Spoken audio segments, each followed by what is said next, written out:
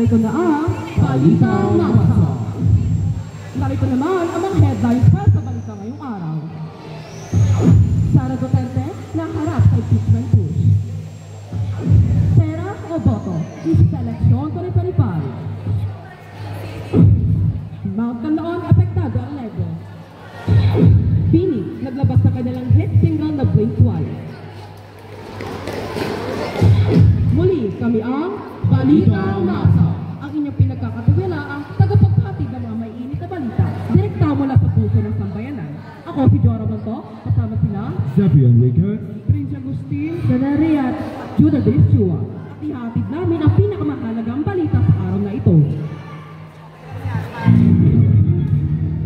Sara Duterte nahaharap sa impeachment push. Narito si Jeff Enriquez para ibalita ito.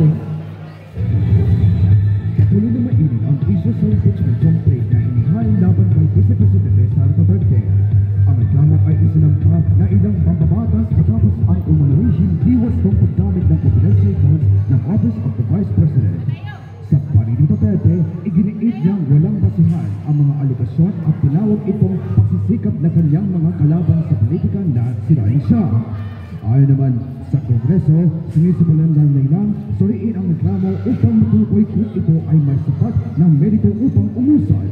Patuloy naming babantayan ang isyong ito para sa karagdagang impormasyon. Pera o boto, issue sa eleksyon 2025. Prince Agustin, ibalita mo. Sa nalalapit na 2025 midterm elections, muling nagmamayagpag ang mga ulat ng vote buying sa iba't ibang panig ng bansa. Ayon sa Commission on Elections or COMELEC, natanggap nila ang maraming reklamo hinggil sa mga kandidatong namimigay ng cash, grocery items at iba pang insentibo kapalit ng boto. Maaaring nagbabala ang COMELEC sa maaaring makasuhan at ma-disqualify ang sino mang mapapatunayang lumabag sa batas. Hinihimok din nila ang publiko na maging mapanuri at huwag magpasilaw sa pera dahil ang boto ay hindi dapat na pinagbibili.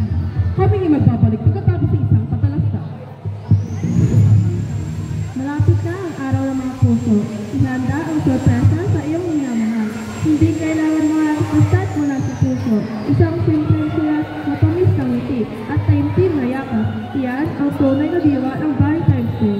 Ipagdiwa ang pag-ibig sa pinakasimpleng karaan. Pakinggan niyo po ang isang kwento ng dalawang puso at nagmamahalan.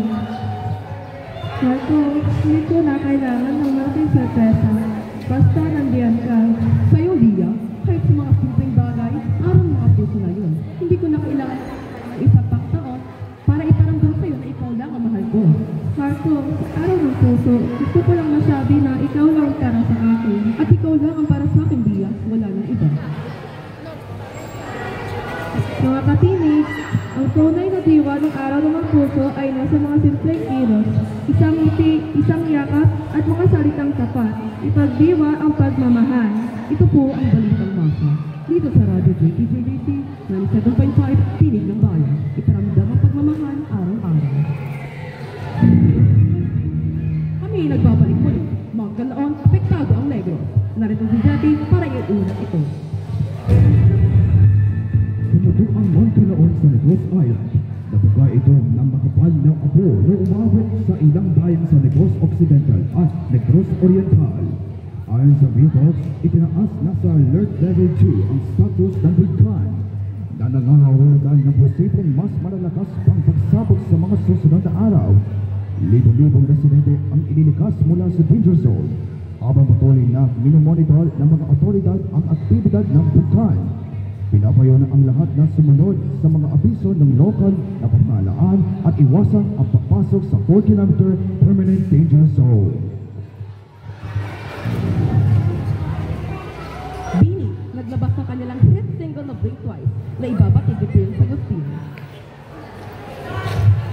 Pasabog sa music scene ang P-pop sensation ng Bini sa kanilang bagong single na Blink Twice.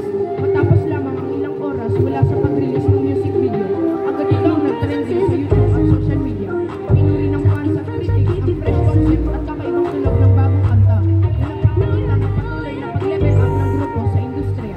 Tuloy-tuloy ang pag-angat ng P-pop sa global stage at ang Bini ay patunay na kayang-kaya ng mga Pinoy ang world-class music. At ayan ang mga pangunahing balita ngayong araw sa Balitang Masa. PJDC 97.5 Tinig ang Bayan. Ako si Jora Manto, kasama sina Xavier Enriquez, Prince Agustin, Janariat, at Chuda Dischua. Nagpapaalala, maging mapanuri, huwag magpasilaw sa kasinungalingan at manatiling alerto. Hanggang sa muli, kami ang Balitang Maksa. Magandang araw.